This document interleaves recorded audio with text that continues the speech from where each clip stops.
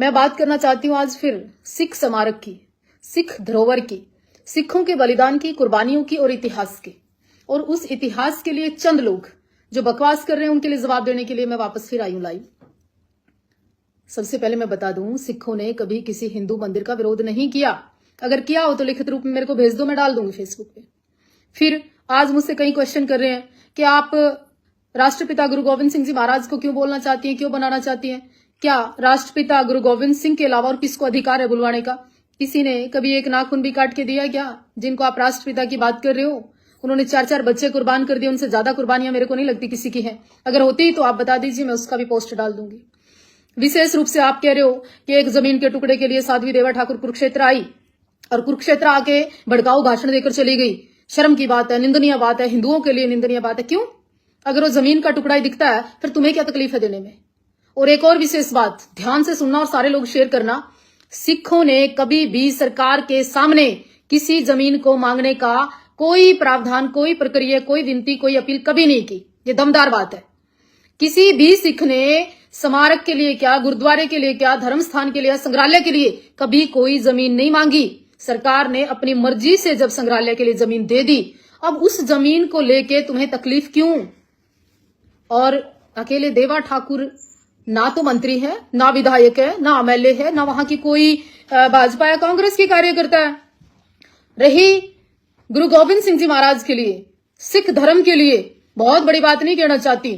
अगर मुझे अब जान भी देनी पड़े तो मैं हंसते हुए दे दूंगी और अपना सौभाग्य मानूंगी। मेरे पास जो कुछ है मैं सब कुछ दे दूंगी, कोई इश्यू नहीं है, मुझे कुछ नहीं चाहिए। लेकिन अब इस तरह से टारगेट करना, पोस्टर डालना, देवा ठाकुर भड़काऊ भाषण देगी, देवा ठाकुर ने ये कर दिया, तो ये ठीक है आपकी बात? देवा ठाकुर भड़काऊ भाषण देगी, देवा ठाकुर जमीन के लिए बोलगी है? देवा ठाकुर के विषय में ये क्या सोच रहे हैं आप? देवा ठाकुर को बोलने की आवश्यकता पड़ी होगी तो कुरुक्षेत्र आई। देवा ठाकुर को बोलने की आवश्यकता अगर पड़ गई तो मैं पंजाब, यूपी, राजस्थान या देश विदेश कहीं भी जाऊंगी। अगर गुरुओं की बात करोगे, सिंह संग्रहालय की बात करोगे, कुर्बानियों की बात करोगे, मैं तो करूंगी। उसके लिए कुछ भी करना पड़े मैं करूंगी। पर ये कौन सी बात है, साक्षर अभियान चलाकर गुरुओं के खिलाफ लिख रहे हो? मतलब सिख समाज को जमीन ना देने के लिए लोग जो हस्ताक्षर कर रहे हैं ना, मतलब उनका दिल कैसे मान जाता है कि सिख स्मारक के लिए मना करने के लिए उस पर सहमति जताने की हिम्मत कहां से आती है? मतलब मैं तो हैरान हूं। भगत सिंह जैसे लोग फांसी झूल गए इस देश के लिए, उनको भी शहीद का दर्जा आज तक नहीं मिला। मैं कहां बात कर रही हूं? अरे मोदी साहब के लिए भी कई लोगों ने हस्ताक्षर अभियान चलाया था, वो हट गए क्या प्रधानमंत्री पद से? तो ये बातें नहीं करनी चाहिए, बल्कि ये कहना चाहिए कि अगर हमारी भी जमीन जाए ना, सिख स्मारक में दे देंगे हम, ये कहना चाहिए था। और तुम एक जमीन के लिए रोला पा रहे हो, और क्यों पा रहे हो समझ नहीं आ रहा। तुम्हें ओछी और छोटी राजनीति करनी है, करो, मुझे इस बात से प्रॉब्लम नहीं है। लेकिन जिस तरह की तुम गंदी राजनीति, आपको क्या लगता है सिख समाज कमजोर है? आपको क्या लगता है सिखों के अंदर सिख स्मारक बनाने का गुद्दा नहीं है, मादा नहीं है, फंड नहीं है, जमीन नहीं है? कहीं 100 एकड़ जमीन पड़ी है और खुशी के मारे ऐसे ही दे देंगे? कहां पंगे ले रहे हो? क्यों पंगे ले रहे हो? क्यों हिंदू समाज को भड़का रहे हो? क्यों हमारे खिलाफ कर रहे हो? ये रणनीति, ये राजनीति करना छोड़ दो मेरे भाई। मैंने खाटू श्याम का विरोध नहीं किया था, मैंने तो मूर्ति निकली उसका विरोध किया था।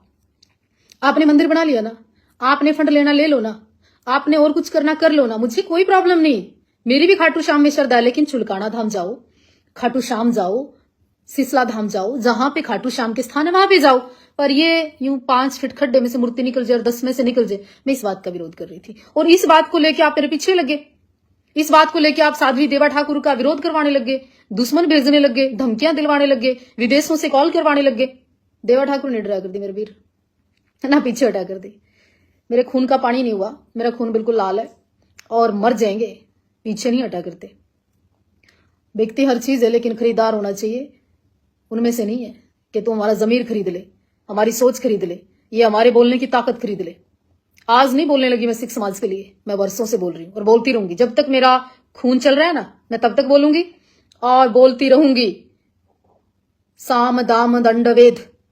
और ये स्मारक का विषय नहीं, खाली सिख धर्म का कोई भी विषय होगा, देवा ठाकुर बोलेगी, ये बात लिख ले। और जिनको लगता है कि मैं ठीक कह रही हूं वो लोग शेयर कर दिया करें। बस इतना चाहती हूं आप लोगों से।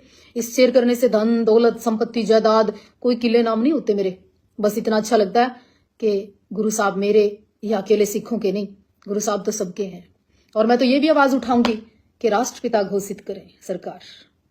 मेरी कोशिश रहेगी तो मैं तो मोदी साहब को भी मिलकर कहूंगी कि राष्ट्रपिता घोषित करें। और मुझे ऐसा लगता है, मेरा हृदय मानता है, भविष्यवाणी शायद साबित हो जाए कभी, कि मोदी जी रात को आए और कहें कि आज से भाई राष्ट्रपिता घोषित कर दिए हैं और तुम सबको मानना है। और आज के बाद डॉक्यूमेंट्स में भी लगेगा राष्ट्रपिता श्री गुरु गोविंद सिंह जी महाराज। तो वो दिन देखना चाहती है देवा ठाकुर। तो बोलिए वाहेगुरु जी का खालसा, वाहेगुरु जी की फतेह। बिल्कुल दम से बोलिएगा और लिखिए वाहेगुरु के हाजिरी लगाइए। जो जो चाहते हैं कि राष्ट्रपिता गुरु गोविंद सिंह जी महाराज हो, वो हर सिख इस मेरी वीडियो को शेयर कर देना। जो जो सिख, जो जो हिंदू धर्म का भी व्यक्ति ये चाहता है ना राष्ट्रपिता गुरु गोविंद सिंह जी महाराज को घोषित करे सरकार, वो व्यक्ति इस लाइव को शेयर कर दे और अपनी हाजिरी दर्ज करा दे इस लाइव में कि हमने मांग ठीक रखी है। बाकी सभी के नाम और सभी विषय पे मैं कल सुबह लाइव आऊंगी।